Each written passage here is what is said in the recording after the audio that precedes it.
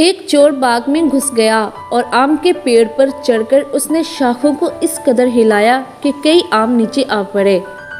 اتفاقاً مالی بھی آ گیا اور چور کو دیکھ کر کہنے لگا، کچھ خدا کا خوف کرنا چاہیے، تجھے آخر مرنا ہے اور پھر حساب کتاب کے لیے قیامت کے دن اٹھنا ہے۔ تب خدا کو کیا منہ دکھاؤ گے؟ چور بولا، تم کون ہو؟ یہ باغ خدا کا ہے اور میں خدا کا بندہ ہوں۔ وہ کھلاتا ہے تو میں کھاتا ہوں، اس کے حکم کے بغیر تو پتا بھی نہیں ہل سکتا، مجھ سے جاہلانہ کلام نہ کر۔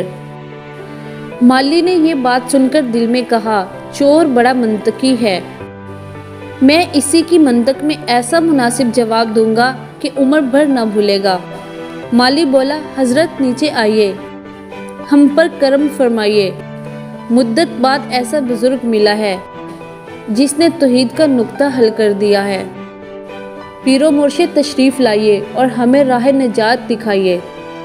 چور ایک برہم کے نیچے اتر آیا، مالی نے وہیں پکڑ لیا اور آم کے درخت سے مضبوطی سے باندھ کر پہلے تو مکوں سے اس کی توازہ کی، جب تھک گیا تو لاٹھی لے کر اس کی مرمت کی۔ جب مار نے چور کو ڈھیلا کر دیا تو لگا فریاد کرنے، اے ظالم، خدا سے ڈر، میں نے تیرا کیا نقصان کیا ہے، مجھے بے گناہ کو یوں بے دردی سے پیٹ رہا ہے۔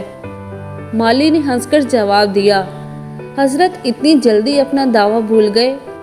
کیا اس لاٹھی کو خدا نے نہیں بنایا؟ کیا مارنے والا ہاتھ اور مار کھانے والا جسم خدا کا پیدا کرتا نہیں؟ آپ کیوں ناحق گلہ کرتے ہیں؟ اس میں آپ کا کیا نقصان؟ اس کے حکم کے بغیر تو پتا بھی نہیں ہل سکتا، آپ کی یہ فریاد جاہلانہ ہے۔ چور نے کہا، میں نے بکواس کی، مجھے اب چھوڑ دو، آئندہ میں کبھی ایسی منہ سے نہیں نکالوں گا اور نہ کبھی چوری کا نام لوں گا۔